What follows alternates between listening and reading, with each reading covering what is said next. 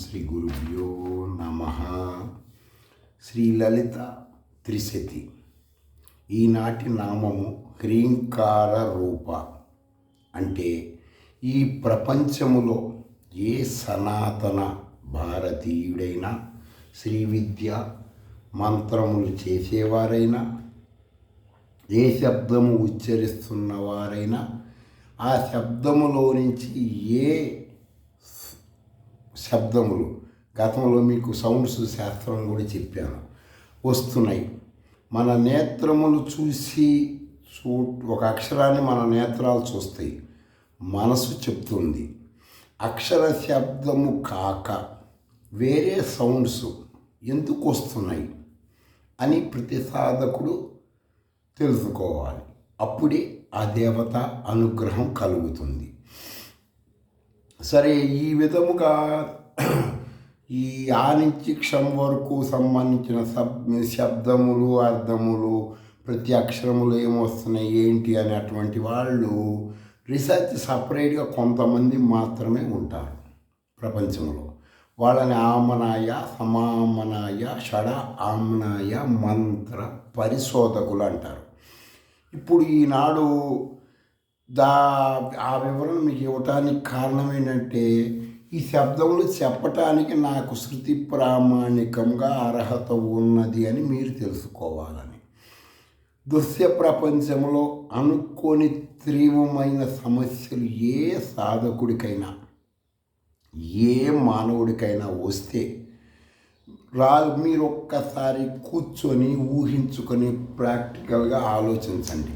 మీకు అప్పుడు ఈ నామ రూప దేవత గురించి బాగా తెలుస్తుంది. అలా తెలుసుకోకుండా మీరు చేసే ఆధ్యాత్మికం వలన మీకు సాటిస్ఫాక్షన్ ఉండదు.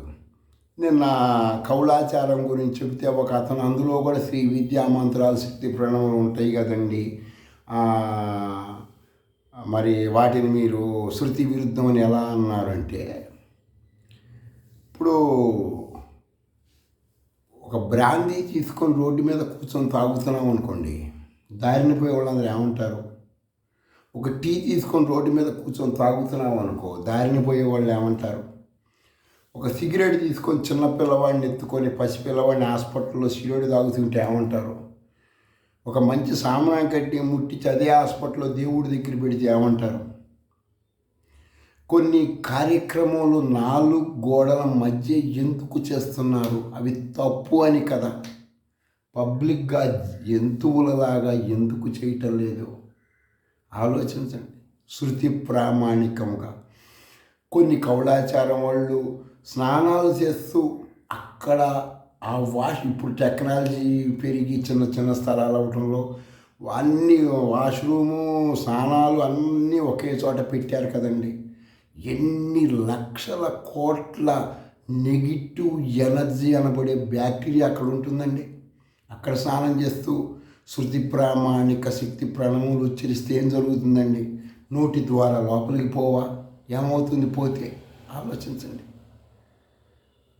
సూక్ష్మం. ఇప్పుడు ఒక మాట మాట్లాడినప్పుడు ఆ మాట గురించి అవతల వాళ్ళు ఏ స్థానంలో ఉండి చెప్పారో మనం ఎలా ఆలోచిస్తున్నాం అనుకోవాలి కదా. ఇప్పుడు ప్రాచీన కాలంలో అందరు దుడ్లు 1, 2 ఒకే చోట చేస్తున్నారు.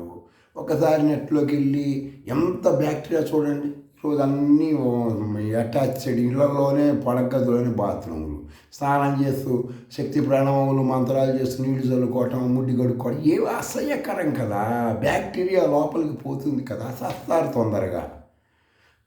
ఇప్పుడు మీరేం చేయాలంటే ప్రతి ఒక్కళ్ళు దయచేసి గుర్తుపెట్టుకోండి.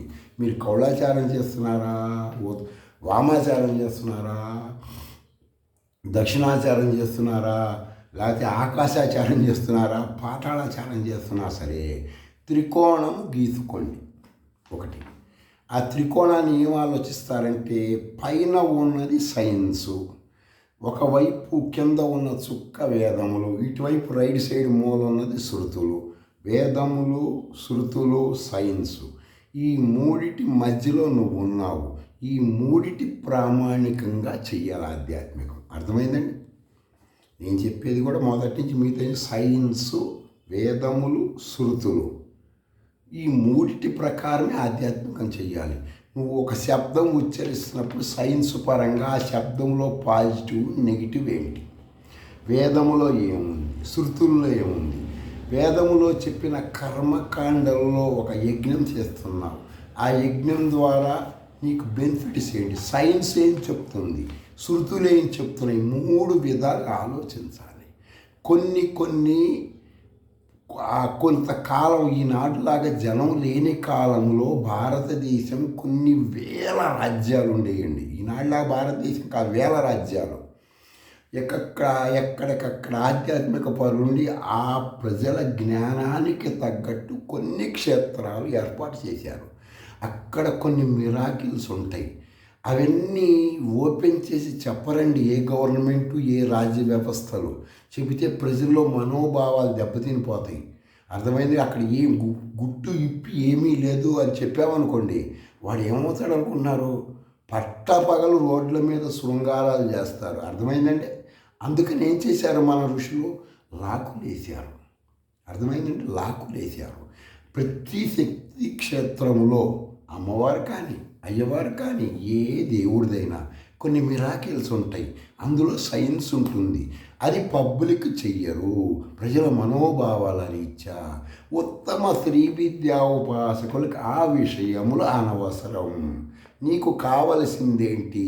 అక్కడ ఏమి, ఇప్పుడు నీకు ఆకలిస్తుంది, లేదా పెళ్లి చేసుకోవాలి, లేకపోతే ఉద్యోగం కావాలి, లేకపోతే ఒక ఓసు కావాలి, అప్పుడు ఏం చెయ్యాలి? అది శక్త్యా కాదా? అక్కడ రక్తం వస్తుందా, వస్తున్నాయా, అమృతం వస్తుందా, పాలు వస్తుందా? వాటి వల్ల నీకు బెనిఫిట్స్ ఏమైనా ఉన్నాయా? లేవు కదా. నీకు అనవసర విషయం కదా. నీకేం కావాలి?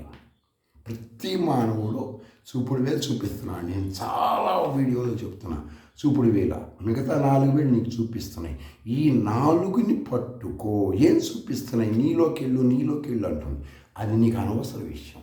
ఇప్పుడు హిరింకారం వచ్చి చిన్నది చెప్తా, మీరు ఏమంటే ఏకాంతంగా ఆలోచించండి, కరెక్టో కాదో. ప్రతి కుటుంబంలో ఉండే సమస్య ఏంటి? శాంతి భద్రత పరంగా తీవ్రమైన సమస్యలు మీకు వస్తే, శాంతి భద్రతల పరంగా తీవ్రమైన సమస్యలు మీకు వస్తే, దీనిని నివారణ చేయటానికి ఏ ఐఏఎస్, ఏ ఐపీఎస్ అతను సొంతంగా చేయలేడు. దీన్ని చేయగలిగింది ఎవరు? హోమ్ మినిస్టర్ మాత్రమే. అతను ఒక ప్రత్యేక జీవో ముఖ్యమంత్రి ద్వారా తేగలడు, ఈ సమస్యను నివారించగలడు. అర్థమైందండి? Home minister. అట్లాగే తీవ్రమైన ఆరోగ్య సమస్యలు వచ్చినాయి, నీకు ఉక్కిరి బిక్కిరి అయిపోతున్నావు. దీనిని నువ్వు ఏ రకమైన డాక్టర్ కానీ డైరెక్టర్గా దగ్గరికి వెళ్తే వాళ్ళు హోప్లెస్, చేతులు ఎత్తేసారు. నీ దగ్గర తడి లేదు కాబట్టి అప్పుడు ఈ ఆరోగ్య మినిస్టరు ముఖ్యమంత్రితో మాట్లాడి ఒక జీవో తయారు చేసి నిన్ను ఒడ్డున గట్టెక్కించవచ్చు. తర్వాత తీవ్రమైన ఆర్థిక సమస్యలతో ఉన్నావు, ₹1 నీకు ఇట్లేదు, బయటికి వెళ్తే అప్పులలో చంపేసేటట్టుగా ఉన్నారు. అలాంటి పరిస్థితుల్లో నువ్వు ఆర్థిక మినిస్టర్ని కలిసావనుకోండి, ఒక ప్రత్యేక జీవో ఇచ్చి నీకు కొన్ని బెనిఫిట్స్ ఇవ్వచ్చు ముఖ్యమంత్రి ద్వారా. అలాగే ఈ ముగ్గురు కూడా చేయలేని పని ఎవరు చేస్తారు? ముఖ్యమంత్రి చేస్తాడు. అర్థమైందండి? 4 వచ్చారు ఇప్పటికి. ఈ 4 నీ ప్రతి మానవుడికి నిత్య జీవితంలో ఇంపార్టెంట్. ఈ యొక్క శబ్దాన్ని ఋషులు పదబంధనం చేశారు. దానినే శక్తి ప్రణవం అంటారు. ఇది ఉపయోగించనంత కాలం మీకు జ్ఞానం రాదు, శ్రీ విద్య గ్రిప్పు రాదు. గుర్తుపెట్టుకోండి. లలితా సహస్రనామం చదువు, త్రిశతి చదువు, షోడశి చేయి, తాలకాయ కిందకి పెట్టి కాళ్ళు పైకి పెట్టి చేసినా ఉపయోగం లేదు. అదే ఈనాటి నామదేవత చెబుతున్నది శృతిపరంగా. సరేలేండి, మీరు చెప్పండి మరి ఎట్టగొట్ట మేము చేస్తామంటే అప్పుడు ఎవరైనా సరే ఎవరి పనులు, ఇప్పుడు ఎట్లా అంటే ఏదైనా అసెంబ్లీలో తీర్మానం ముఖ్యమంత్రి గారు చేయాలి. ముఖ్యమంత్రి కూడా స్వయంగా వెళ్ళి ఆయన చేయలేడు కదా. ఫోన్ చేసి చెప్పాడు అనుకోండి, కొంతమంది స్ట్రిక్ట్ ఆఫీసర్లు ఉంటారు, కుదరదండి అంటే జీవో ఇస్తే మేము కూడా చేస్తారు, అంతే కదా. ఆ విధంగా ఈ ముగ్గురు ముఖ్యమంత్రి 4 మీటింగ్ పెట్టుకొని నీకు ఈ ప్రాబ్లమ్స్ హెల్ప్ చేయాలంటే జీవోలు రెడీ చేస్తారు కదా. అదే సూత్రం హ్రీం అనే శబ్దం ఉచ్చరిస్తే మీ నోటిలో నుంచి ఏమేమి వస్తాయండి? ఫస్ట్ హకారము ముఖ్యమంత్రి, రకారము హోమ్ మినిస్టర్, ఈకారము ఆర్థిక మినిస్టర్, మకారము ఆరోగ్య మినిస్టర్. ఈ నలుగురు ఏకకాలములో హ్రీములో ఉన్న ఈ శబ్దములు అర్థమైందండి. బుద్ధి ఉపయోగిస్తే 4 సౌండ్స్ బయటకు వస్తాయి. మా పీఠం నుంచి ఏ మంత్ర సాధకులైనా హ్రీము ఈ 4 శబ్దములతోనే పలుకుతారు. అందువలన వాళ్ళకి వెంటనే మానసికంగా ఇంప్రూవ్మెంట్ ఉంటూ ఉంటుంది. మీ గురువులను అడిగి నేను చెప్పినవన్నీ వెరిఫికేషన్ చేసుకోండి. ఈ 4 శబ్దములు ఏకకాలములో పలికితే విశ్వ ప్రకంపన, త్రిమూర్తులు కూడా గజగజగజగజలాడిపోతారు. అలాంటి శబ్దం. దీనిని విద్యా అన్యుల వారు చేశారు. అర్థమైందండి. విజయనగరం ఒకప్పుడు శృంగేరి పీఠాధిపతిగా కొంతకాలం ఉండి మళ్ళా బయటకు వచ్చేసి విజయనగర స్థాపన చేసిన విద్యారణ్యుల వారు హ్రీంకారాన్ని భువనేశ్వరి బీజముగా ఉపాసించి సిద్ధి పొంది ఆయన పిలిస్తే రాళ్ళు కూడా బంగారం అయ్యేది అని కొన్ని ఆప్తవాక్యములు నేను చూడలేదు, నాకు తెలియదు, ముందుగా చెబుతున్నా.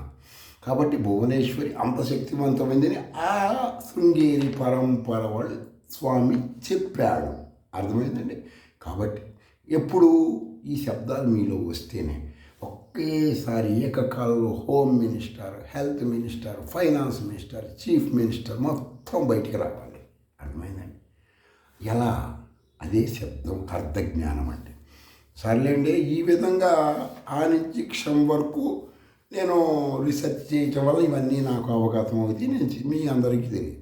చాలామంది ఓం కూడా చెప్తుంటారు, అందులో సగం ఆ వస్తుంది. చాలామంది మీరు ఇది చెప్పకపోవచ్చేమో, సగం ఆ అంటారు. అది ఇప్పుడు వాళ్ళకి తెలియదు అసలు. ప్రాచీన కాలంలో దేవనాగరిక లిపి, తర్వాత సనాతన ఆధ్యాత్మిక పనులకు తెలుసు. సగం ఆ శబ్దం నీల సరస్వతిలో వస్తుంది. అర్థమైందండి. ఓం పలికినప్పుడు వచ్చే సగం ఆ శబ్దం నీల సరస్వతిలో వస్తుంది. కొంతమంది శ్రీ విద్యా కాశ్మీరు, అస్సాం అటు సైడ్ నీల సరస్వతిలో ఈ శబ్దం వస్తుందని చెప్తుంటారు వాళ్ళ శిష్యులకి. అది నేను రీసెర్చ్లో తెలుసుకున్నాను. ఈనాటి నామరూపమును శృతిపరంగా వివరిస్తే క్లుప్తంగానే నేను మీకు చెప్తున్నాను. ఇవన్నీ బాగా డీప్గా చెప్పట్లేదు. ఎందుకనంటే కొన్ని కారణాలు ఉంటాయి. వ్యక్తిగతంగా మీ గురువుల ద్వారా మీరు ఇప్పుడు నేనేమి మీకు ఎంతసేపు ఏం చెప్తున్నానండి, అంత పరంపర. అర్థమైందండి. బ్రిటిష్ వాళ్ళు భారతదేశానికి వచ్చినప్పుడు మన భారతీయులు అందరూ ఫస్ట్ వచ్చినప్పుడు అండి అందరి ఇళ్లలో హోమాలు, మంచి ఉపాసన, ఈ వేదాలు చదువుకునేవాళ్ళు. వాళ్ళు వచ్చేసి ఈ నిత్య అగ్నిహోత్రాన్ని స్మాష్ చేశారండి. వాళ్ళ చదువులు చెప్పారండి, డిగ్రీలు.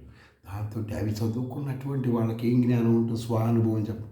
ఇప్పుడు మీకు నేను చెప్తున్నవన్నీ వీడియోల్లో ఏ ప్రవచనకారుడు అని చెప్తాడా? ఎందుకు చెప్పడండి? అట్లా నేను చదివాడండి. ఎంఏలు, ఎంకామ్లు, బిఏలు, బీకామ్లు చదివాడు కదండి. 25-30 సంవత్సరాలు చదువు ప్యాస్ అయ్యాడు కాబట్టి చదివాను సర్టిఫికేట్లు ఉన్నాయి కదా. ఈ మంత్రాలు, తంత్రాలు రీసెర్చ్ చేసి అనుష్ఠానాలు చేసి దేవతల గురించి ఎత్తుగా చెప్పాలంటే స్వానుభవం లేదు కదా. అయినా ఎలా చెప్తున్నాడు? ఊహ, భ్రమ, గతంలో రాసిన గ్రంథముల ద్వారా. స్వ అనుభవం అంటే ఏంటండి? హ్రీములో ఏం సౌండ్స్ వస్తున్నాయి, నాకేం కావాలి, నీకేం ఇస్తున్నాను అనేదండి.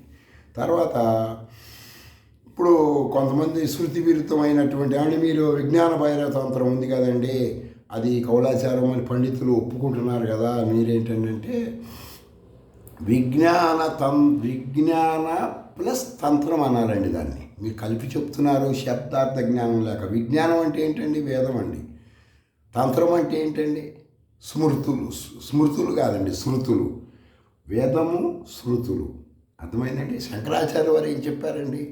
ఏదైనా తీవ్రమైన సమస్య వస్తే మానవుడికి ప్రామాణికం శృతులు. అర్థమైందండి. భగవద్గీత కానీ, భారతం కానీ, రామాయణం కానీ ఇవి స్మృతులు అంటారండి. వీటిని ప్రామాణికంగా అత్యుత్తమమైన ఆధ్యాత్మిక నిర్ణయాలప్పుడు ప్రామాణిక తీసుకోకూడదని చెప్పారు కదండి శంకరాచార్యుల వారు. ఆయన శృతులు మాత్రమే తీసుకోవాలని చెప్పారు కదా. కాబట్టి విజ్ఞాన ఈజ్ కోల్డ్ లేకపోతే ప్లస్ విజ్ఞానం అంటే ఏంటండి? జ్ఞానం అండి. తంత్రం అంటే ఏంటండి? చేసే క్రియలండి. శృతి ప్రామాణిక విజ్ఞాన తంత్రం అంటే ఏంటండి? చెప్పండి. శ్రీ విద్యామంత్రం పురస్చరణ చేసి తంత్రం ప్రకారం పంచభూతాలకు అవ్విస్సులు ఇచ్చి నీలోకి వాటిని ప్రవేశపెట్టుకొని ఆ రోజు నుంచి ఆ దేవతకి నువ్వు కృష్ణుడు చెప్పినట్టు లింక్ అవ్వడం, అది శృతి ప్రామాణిక విజ్ఞాన తంత్రం. ఇక్కడేం చెప్తుందండి కౌలాచార పరంగా? మీరు ఆలోచించండి, అది సమంజమా? ఏ గురువు కౌలాచారం ఆచరించే వాళ్ళందరూ ఎవరైనా మాకు ఒంట్లోకి దేవుళ్ళు వస్తుంది ఎట్లా అంటే హౌ? నేను ఇందా చెప్పాక త్రికోణంలో సైన్స్ని తీసుకోవాలని. సైన్స్ ఒప్పుకుంటుందండి? ఒప్పుకోవట్లేదు కదా. మీరందరూ కలిసి ఓ భారత రాజ్యాంగం రాసుకున్నారు కదా, దాని ప్రామాణికంగా ఉండాలి కదా. ఆ రాజ్యాంగం ప్రామాణికంగా శృతులు ఉన్నాయి కదా, మీరు కాదని ఎట్లా అంటారండి? అలా వన్ బై వన్ ఓపెన్ చేసుకొని మీకు అర్థమవుతుంటాయి. తర్వాత వచ్చేసి శృతి ప్రామాణికంగా కొన్ని బీజాక్షరములు శబ్దధ్వనులతో, అర్థమైందండి? దేవత ఏనాటికి ఒంట్లోకి రాదని చెప్పాను కదండి, దయ్యాలు ఏనాటికి ఒంట్లోకి రావని చెప్పాను గత వీడియోలో అనేక మాటలు చెప్తున్నాను కదండి మీకు. శృతి ప్రామాణికంగా దేవుడు ఒంట్లోకి వస్తాడు. హౌ? ఎట్లా? చెప్పండి, ఆలోచించండి. కొన్ని శబ్దములతో న్యాసం చేసుకుంటారు, అర్థమైంది? ఒక అమ్మాయి వెళ్తుంది, అమ్మాయి ఓ పాప ఇట్రా కొంచెం ఈ అడ్రస్ చెప్పండి, ఇది ఫలానా వీధిలో ఉంది, ఫలానా బజార్లో ఉందండి అంటుంది. ఆ అమ్మాయి వస్తే ఇట్రావి ఈ అడ్రస్ చెప్పబెట్టి చెప్పు తీసుకొడుతుంది. వీటిని సౌండ్ అంటారండి. ఇదే శృతులు గెస్సింగ్ చేశారండి ఋషులు, మన భారతీయ ఋషులు. దాన్ని ఆ నుంచి క్షం వరకు అచ్చులు అలులుగా పదబంధనం చేశారండి. వాటినే మహాషోడన్యాసం అంటారండి. నేను అది చెబుదామంటే కొంత చిన్న డిస్టర్బెన్స్ వలన ఆగుతున్నాను. మీకు వీలైతే ఒక 1 వీక్ తర్వాత ఖచ్చితంగా మహాషోడన్యాసం చెప్తాను, మీరు చూసుకోండి. నేను చెప్పిన మొత్తం మహాషోడన్యాసం మీరు జాగ్రత్తగా ఒక వీడియో అతనికి చెప్తాను, మొత్తం చేస్తాడు. నేను చెప్పిన షార్ట్లన్నీ కలిపి మీరు అది పొద్దున్నే చేసుకుంటే మీరు ఎక్కడ కూర్చుంటే అక్కడ త్రిమూర్తులు మీకు దండం పెడతారండి. మీకు ఎట్లా పెడతారండి అంటే, సాధన గ్రంథ మండలి తెనాల్లో ఉందండి. వాళ్ళది న్యాస మందారం అని ఒక పుస్తకం ఉంటుంది, చూసుకోండి. న్యాస మందారం అంటే శరీరంలో శ్రీచక్ర ఉపాసనా పనులు, న్యాసం ఎట్లా చేయాలి, ఏ న్యాసం వల్ల ఏం బెనిఫిట్స్ వస్తాయి అనేటువంటిది అండి. శృతి ప్రామాణిక గ్రంథం అండి అది, మీరు చూసుకోండి. అందులో మహాషోడన్యాసం అని ఉంటుంది, చూసుకోండి. అయితే చాలా అచ్చుతప్పులు ఉంటాయండి పుస్తకాలలో ప్రింటింగ్ రీత్యా. అది ప్రామాణికంగా చూసి చెయ్యకూడదు. ఎందుకనంటే కొన్ని శరీరంలో పార్టుల్లో కొన్ని చోట్ల కొంతమంది దేవతలను ప్రవేశపెట్టుకునేటప్పుడు నీకు గురుముఖత, ఆ శబ్దము అవన్నీ తెలుసుకోవాలండి. వెనక పుష్టభాగం అంటారండి, మనం వెనక పక్కన ఆ భాగాల్లో కొంతమంది దేవతలను పెట్టాలి, కొంతమందిని ముందు పెట్టాలి, కొంతమందిని నాభి కింద ప్రవేశపెట్టాలి. అందులో రాసిన వాటిలో అచ్చుతప్పులు ఉంటాయి, ఏ గ్రంథంలో అయినా అచ్చుతప్పులు ఉంటాయి. కాబట్టి మీకు ఎందుకు చెప్తున్నా అంటే అవేర్నెస్ కోసం అందులో చూసుకోండి, గురుముఖత నేర్చుకోండి. అర్థమైందండి? మహాషోడన్యాసం అర్థమైందా? సరే, ఆ విధంగా చేస్తే మీకు తెలుసు. సరే, కొన్ని శక్తిపీఠాల్లో మిరాకిల్స్గా పూర్వీకులు ప్రజల కోసం పెట్టినవన్నీ సత్యం కాదండి, శృతి విరుద్ధం. కానీ దేశమాన కాలమాన పరిస్థితులు అవన్నీ మాట్లాడడానికి అర్హత లేదండి, అవి చెప్పకూడదు. మనం ఏం చెప్పాలండి? స్వామీజీలు, బాబాలు, పీఠాధిపతులు, మఠాధిపతులు, గురువులు, దేవుళ్ళు, గుళ్ళు, గోపురాలు తిరగవద్దు, వెళ్ళవద్దు, డబ్బు నాశనం చేసుకోవద్దు, నువ్వే పరమాత్మ, నువ్వే పరమేశ్వరివి, శృతుల్లోకి వెళ్ళు, తెలుసుకో అని మాత్రమే చెప్పాలండి. మనం మిగతా చెప్పకూడదండి. రాజ్యాంగాన్ని గౌరవించాలి కదండి. కొంతమంది మందమతులు, మధ్యములు, ఉత్తములు, అత్యుత్తములు అని ఉంటారండి. కింద తరగతి వాళ్ళు అప్సెట్ అయిపోతారు కదండి. రోజు వాళ్ళు అనేకమైన డబ్బులు ఖర్చు పెట్టుకొని ఏదో ఒక భ్రమలతో ఉంటారు కదండి. వాళ్ళందరూ బాధపడతారు కదా, ఇన్నాళ్ళు మా డబ్బును నాశనం చేశారా అని ఫీల్ అవుతారు కదా. అందుకని చెప్పి కఠినమైనటువంటి సమాజ శ్రేయస్సు దృష్ట్యా కొన్ని మాట్లాడకూడదు, మీరు అర్థం చేసుకోవాలి అవన్నీ. నేనేం చెప్తున్నాను, గుళ్ళు గోపురాలు తిరగద్దు, స్వామీజీలు, పీఠాధిపతులు, మఠాధిపతులు, బాబాల అవతలకి వెళ్ళొద్దు, శృతుల్లోకి వెళ్ళండి, మిమ్మల్ని మీరు ఎడ్యుకేషన్ చేసుకోండి. నీలోనే పరమాత్మ ఉన్నాడు, బయట లేడు అని చెప్తున్నాను. మీరు దానిని మీరు జ్ఞానంతో అర్థం చేసుకోవాలి. గురుగారు మేము ఆ ఊరు వెళ్ళచ్చు, ఆ దేవుడు దాన్ని, ఇవన్నీ మాట్లాడకూడదు, రాజ్యాంగ విరుద్ధం అంటారు. ఎవరి ఉదర పోషణార్థం వాళ్ళు చెప్తుంటారు కానీ సత్యాలు కాదు కదా. సరే, మీకు ఇంకో విషయం ఏంటంటే, మీకు రోజు నేను మీ శరీరంలో ఉన్న దేవత గురించి చెప్తున్నాను. బృహదారణ్యకోపనిషత్తు ప్రామాణికంగా అర్థమైందంటే, ఈ రోజున కూడా ఆ దేవత వచ్చేసి ఇప్పుడు మొన్న 2 రోజులు చెప్పాను. ఇప్పుడు ఈ దేవత ఎక్కడ ఉంటుంది? ఈ మాతృ దేవత అంటే దేవత ఉండదండి, దేవత అంశ. అర్థమైందండి? ఇప్పుడు అన్ని మిరపకాయల్లో కారం ఉంటుంది, అన్ని మిరపకాయల్లో నువ్వు కోరికే దాంట్లో కూడా ఉంటుంది. దీన్ని అంశ అంటారు. స్వచ్ఛమైన చేదు అని ఉంటుందండి, ఆకాశం నుంచి చేదు వస్తుందండి భూమి మీదకి. అర్థమైందండి? ఆ వస్తుగుణ దీపికలు అలాగే ఉంటుందండి, నేను చెప్పింది కాదండి అది. ఇప్పుడు దేవతలు, మంత్రదృష్టి దేవతలు, అన్నదమ్ములైనటువంటి వాళ్ళు రాక్షసులు దేవతలు ఇద్దరు కొట్టుకు తెచ్చేటప్పుడు ఈ దేవతలు ఏం చేశారండి?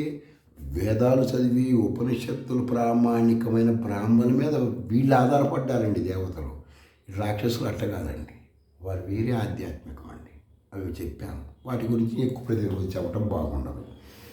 సరే, ఈ శృతి ప్రామాణిక దేవతలు అడిగారండి ఈ బ్రాహ్మణుల్ని, ఏమండి సరే మొన్న కొంతమందిని నోట్లో వాక్కు దేవతని, ముక్కులో దేవతను కొట్టారు కదా, ఇంకొంతమంది ఎరికిడయా ఎట్టకొట్ట పని చేయి అనగా, సరే మేము చేస్తాంలే, ఈసారి అయినా కొంచెం గట్టిగా నీ బ్యాచ్ తయారై కళ్ళల్లో ఉండే దేవత ఉంటుందండి, చక్షువులు అంటారండి.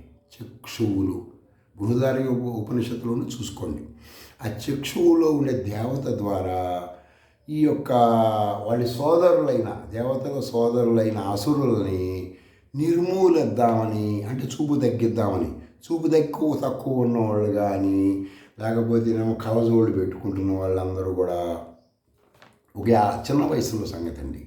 శారీరకం వయసు మళ్ళిన కొద్దీ శరీర సహజ లక్షణాలు ఇచ్చా చూపు విషయం మాట్లాడతా లేదండి. బాల్యావస్థలో ప్రారంభ కర్మలు ఇచ్చా, ఆహార అలవాట్లు ఇచ్చా, మీ జీన్స్ ద్వారా ఉన్నవాళ్ళు ఈ మంత్రం, శ్రీ విద్యలో ఈ మంత్రం చేసుకుంటే చూపు బాగా వస్తుంది. గతంలో కూడా చెప్పానండి.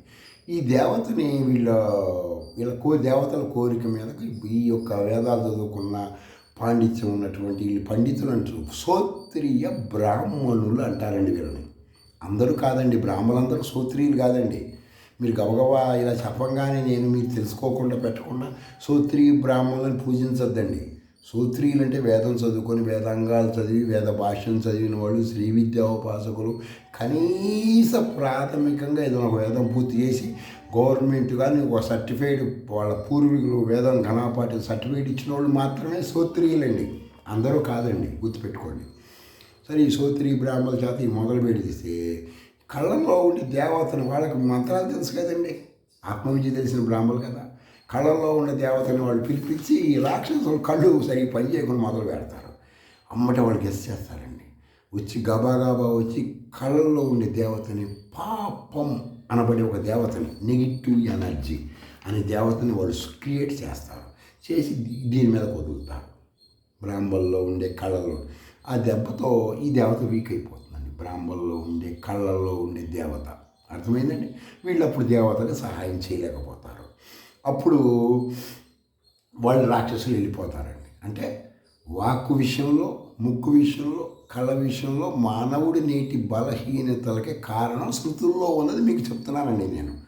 సరే, ఎప్పుడైతే ఈ పాపం అనబడేటువంటి ఒక దేవతను సృష్టించి ఈ విధంగా టార్చర్ పెట్టి ఈ కళ్ళల్లో ఉండే దేవతను పంపించారు, అప్పటి నుంచి కళ్ళల్లో ఉండే దేవత ఏం చేస్తుందంటే, చూడకూడని మానవుల్లో ఉండే కళ్ళల్లో దేవత ఆ రాక్షసుల దెబ్బకి చూడకూడని దృశ్యాలు చూడటం, భయపడటం, ఆశ్చర్యపోవటం. కొన్ని ఇప్పుడు నేను చెప్పాను కానీ కౌలాచారం దొడ్లోకి వెళ్ళి బట్టలు పొదించుకొని నీళ్ళు చల్లుకొని పూజలు చేస్తుంటారు కదండి కొంతమంది, అందరూ కాదు. అలాంటివన్నీ ఆ దేవత అనుగ్రహం లేక పాపం పనులు, అనారోగ్యం కదండి. నోరు తెచ్చి శబ్దం చేస్తావు దొడ్లో పోయి, ఆ మలం దాంట్లో ట్యాంకీలు ఉండేవన్నీ లోపలికి పోతాయి కదా, ఏమవుతుందండి? సైన్సు ఇక్కడ వేదాన్ని తీసుకోకూడదు, సైన్స్ని తీసుకో, తప్పు కదా, ఆలోచించండి. అంటే మీరు నేను ఎంతసేపు పూర్తిగా నేను చెప్పలేనంటున్నా, నాకు తెలుసు ఇది కరెక్ట్ కాదని. ఇప్పుడు మీరు ఒక మంత్రం చేస్తున్నారు, హ్రీంకారం గురించి చెప్పాను, మీరు యాపిల్ కారంగానే యాపిల్గా కనపడాలిగా, ఇలా ఉంటుంది ఇలా ఉంటుంది, సిమ్లా యాపిల్ ఇట్లా ఉంటుంది, ఆంధ్ర యాపిల్ ఉంటుంది, రష్యా అన్నీ చూస్తారు కదా, తింటారు కదా. అలా ఆ నుంచి క్షం వరకు ఏ అక్షరాన్ని చూడంగానే అందులో ఉండే సౌండ్స్, ఇంటర్నల్ సౌండ్స్ కనపడాలండి. అర్థమైందండి. ఈ కొంతమంది ఈంకార మహాలక్ష్మి అంటారు. ఎట్లా అండి ఈంకార మహాలక్ష్మి అంటే? అప్పుడు మీరు ఏం ఆలోచించాలండి? ఈమె గీసుకొని పక్కన సున్నా పెట్టి కూర్చున్న లక్ష్మీదేవిని పెట్టంగానే ఈమె కనపడుతుందండి. ఆహా, మన ఋషులు ఈ చిత్రాలు మనం గుర్తించటానికి గీశారు. అర్థమైందండి. అక్షరాలని, అందులో ఉండే దేవతల్ని మందమతులైన మనం గుర్తించలేమని ఋషులు ఏం చేశారండి? గీశారు. క్లీం బీజం ఎలా ఉంటుంది చూడండి. క్లీం గీసి ఒక నిలబడ్డ పార్వతీదేవిని త్రిశూలం పట్టుకొని శివుడు పార్వతి, శివుడిని పక్కన పెట్టి పార్వతిని పక్కన పెట్టి చూడండి. అంటే ఇలా ఉంటుంది ఈ అక్షర దేవత. అక్కడ మలమూత్రాల శరీరాలు కాదండి, మన మందమతులం కాబట్టి మనకి చెప్పారండి. వాళ్ళు ఎవరు చెప్పారండి? మన ఋషులండి. మనం గుర్తించట్లేదండి. మనం అంత పరంపరంగా వెళ్తున్నామండి. పరుగో పరుగు. బుద్ధి ఉపయోగించండి. స్వస్తి.